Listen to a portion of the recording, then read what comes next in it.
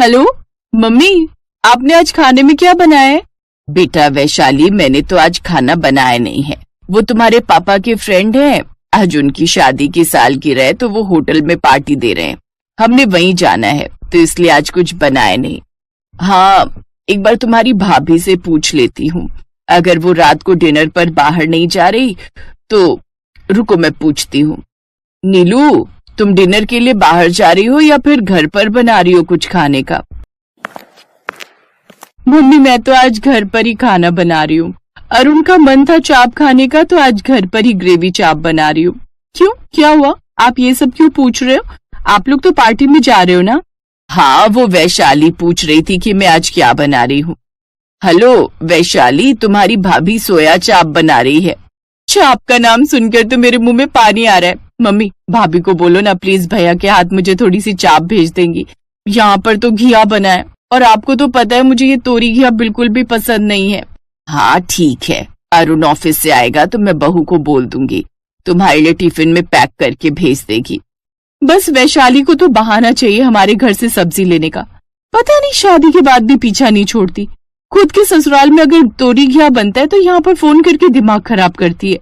वैशाली की शादी के बाद उसे पता नहीं था कि उसके ससुराल में हफ्ते में 4 दिन तोरी घिया ही बनता है। वैशाली के सास ससुर को तोरी घिया की सब्जी बहुत पसंद है।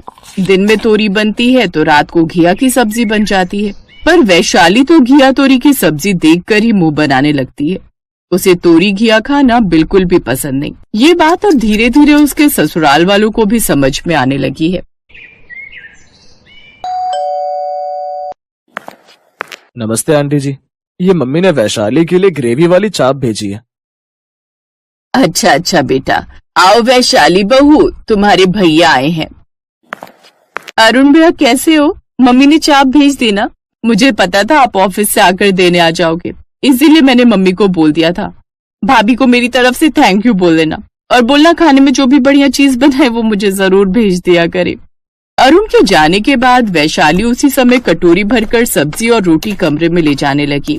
वैशाली बहू, घर में सब्जी बनी तो हुई थी, तुमने आज फिर अपने मम्मी के घर से सब्जी मंगवा ली। मेरा मतलब ये नहीं है कि तुम सब्जी अपने मम्मी के घर की ना खाओ, वैसे ही अच्छा नहीं लगता। वो सोचेंगी कि तुम्हारे ससुराल में कोई सब्जी नहीं बनती, तुम्हारे भाभी भैया भी क्या सोचेंगे? मम्मी जी, उन्हें पता है मेरे ससुराल में हर समय तोरी घिया की सब्जी बनती है, इस वजह से वो कुछ नहीं कहते।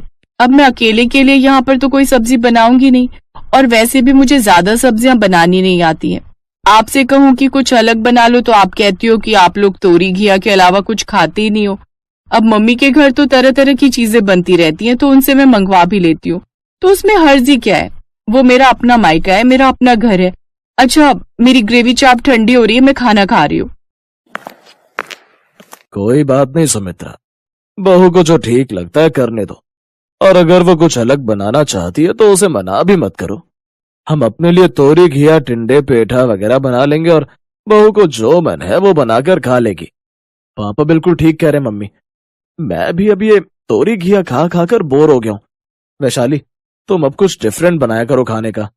मुझे सब्जियां बनानी नहीं आती हैं, मम्मी को बोलो अपनी तोरी घिया के साथ साथ दूसरी सब्जियां भी बना दिया करे। वैशाली की सास ने बोल तो दिया कि वो तोरी घिया के साथ साथ दूसरी सब्जियां भी बना दिया करेगी, पर अचानक वैशाली की सास की तबीयत खराब हो गई। इस वजह से वो बड़ी मुश्किल से बस तोरी घिया ही बना पा रही थी, और वैशाली ने कोशिश ही नहीं की कि वो अपने लिए कुछ और बना ले। उसे तो बस फोन घुमाना होता था और मम्मी के घर से सब्जी मंगवानी होती थी। अगले दिन वैशाली की सास की तबीयत ज्यादा खराब हो गई, जिस वजह से वो खाना बना ही नहीं पा रही थी।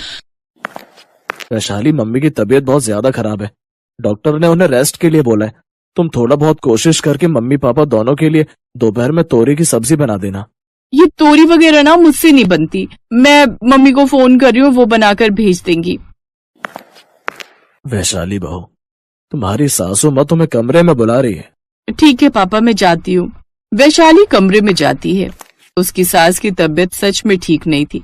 वैशाली बहू, एक काम करो, तुम सब्जियां रहने दो, तुम्हारे ससुर जी और मैं दूध में ब्रेड डालकर खा लेंगे, तुम्हें परेशान होने की जरूरत नहीं है। मैं जानती हूँ तुम खाना नहीं बना पाती, इसलिए मेरी वजह से बिल्कुल परेशान मत हो, हम एडजस्ट कर लेंगे। हाँ, तुम अपने लिए और विनोद के लिए देख लो क्या बनाना है, या फिर बाजार से कुछ मंगवा लो। उसकी आप टेंशन मत लो, मैं मम्मी को भी फोन मिला देती हूँ, वो कुछ दिन तक खाना भिजवा देंगी जब तक आप ठीक नहीं हो जाते। वैशाली अपनी सास के कमरे से बाहर आकर अपनी मम्मी के मोबाइल पर फोन मिलाती है, पर इस बार उसकी मम्मी का मोबाइल फोन उसकी भाभी नीलू उठाती है। भाभी, मम्मी कहाँ है? आपने फोन उठाया? वैसे अच्छा हुआ आपने फोन उठाया। वो आप तो जानते ही हो मेरी सासू माँ की तबीयत ठीक नहीं है और रसोई का सारा काम वही करती हैं।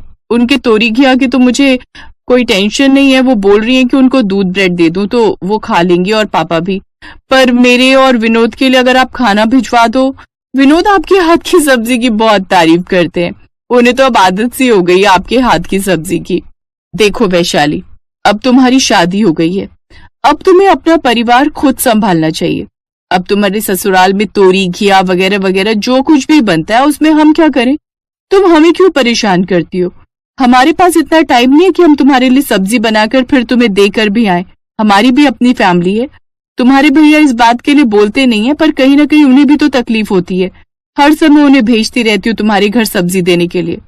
थोड़ी तो समझदार बनो वैशाली।